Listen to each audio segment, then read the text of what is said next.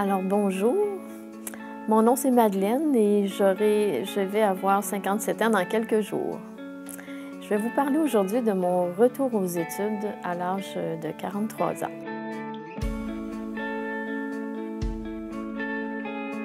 Quand on s'est séparés, mon mari puis moi, alors j'avais 4 enfants. Les enfants avaient 2 ans, 3 ans, 7 ans, 8 ans.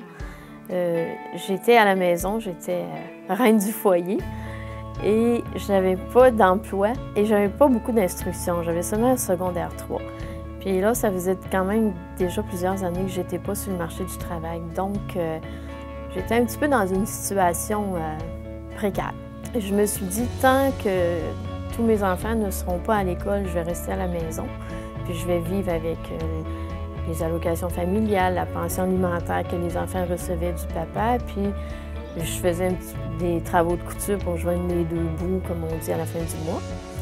Et puis, quand ma plus jeune a commencé la maternelle, là, moi, j'ai décidé de retourner aux études.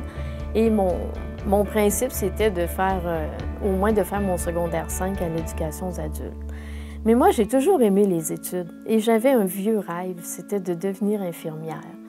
Donc, après que j'ai eu mon diplôme de secondaire 5, j'ai décidé de réaliser mon vieux rêve puis de tenter de faire ma technique infirmière au cégep. C'était pas simple parce que technique infirmière, c'est 40 heures de cours puis de travaux par semaine, puis beaucoup d'études, puis il fallait que je m'occupe de mes enfants, là, puis en tout cas, je vous dis, je faisais des journées, là, je me levais à 5 heures du matin tout le temps, je me couchais à minuit, puis c'était la même horaire la fin de semaine. Je mettais mon cadran, je me levais à 5 heures, j'étudiais, je faisais mes travaux.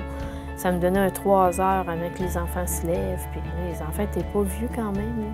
J'ai réussi à obtenir mon diplôme d'infirmière et ensuite passer l'examen de l'ordre, et puis j'étais vraiment contente, mais ça demandait beaucoup d'organisation. J'avais développé des façons de faire. En fait, pour m'en sortir, je pensais juste 24 heures à la fois. Même j'allais à l'épicerie chaque jour parce que je n'étais pas capable de penser à acheter de la nourriture pour 3-4 jours. J'avais déjà trop de choses dans la tête. Des fois, j'avais des difficultés aussi. J'étais quand même bonne à l'école, mais pas dans toutes les matières. Fait que c'est ça, j'avais développé un système de vivre vraiment 24 heures à la fois. Puis, mais je dois dire aussi que j'ai eu l'aide de mes sœurs, j'ai 4 sœurs.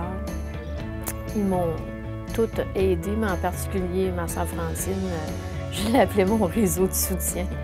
Je disais, elle m'a vraiment aidée. Je me souviendrai toujours une fois, il fallait vraiment que j'étudie un examen puis que j'ai la soirée à moi, là, puis elle était venue faire souper les enfants, puis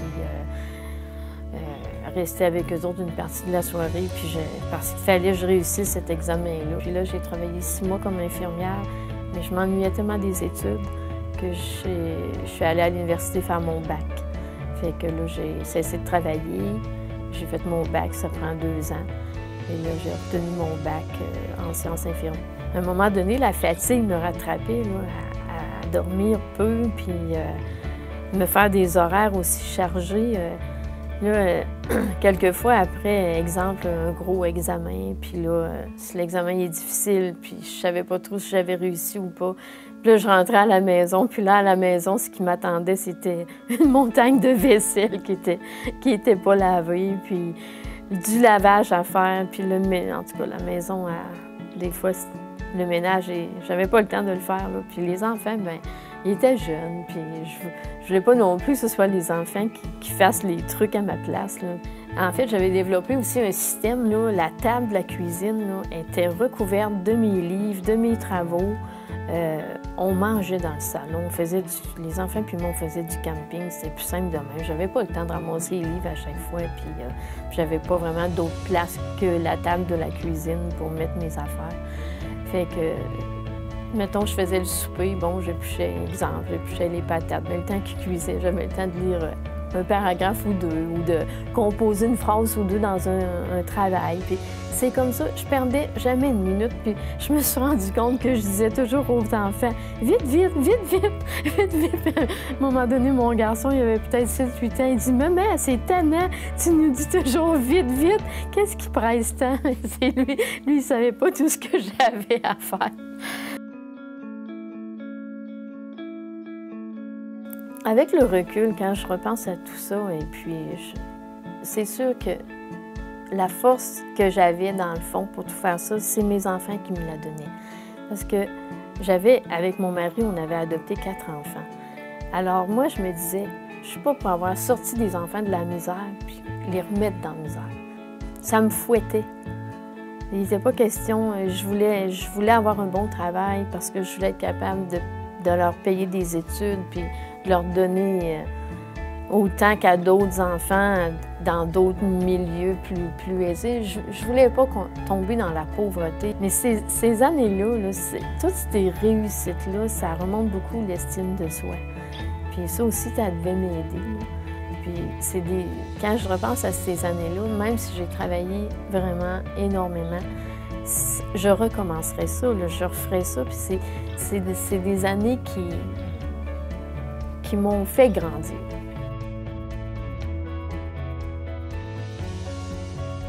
Mais moi, je pense qu'il faut écouter nos rêves. Faut se faire confiance aussi. Parce que si j'avais écouté, il y a plusieurs personnes qui m'avaient dit que j'allais pas passer à travers.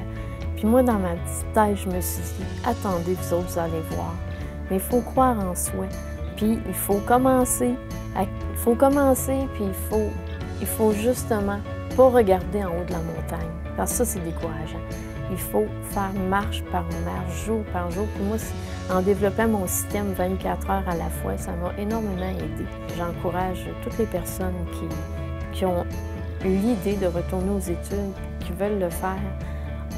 Je vous encourage à le faire parce que c'est ça, ça nous fait grandir, ça nous fait prendre conscience de nos capacités.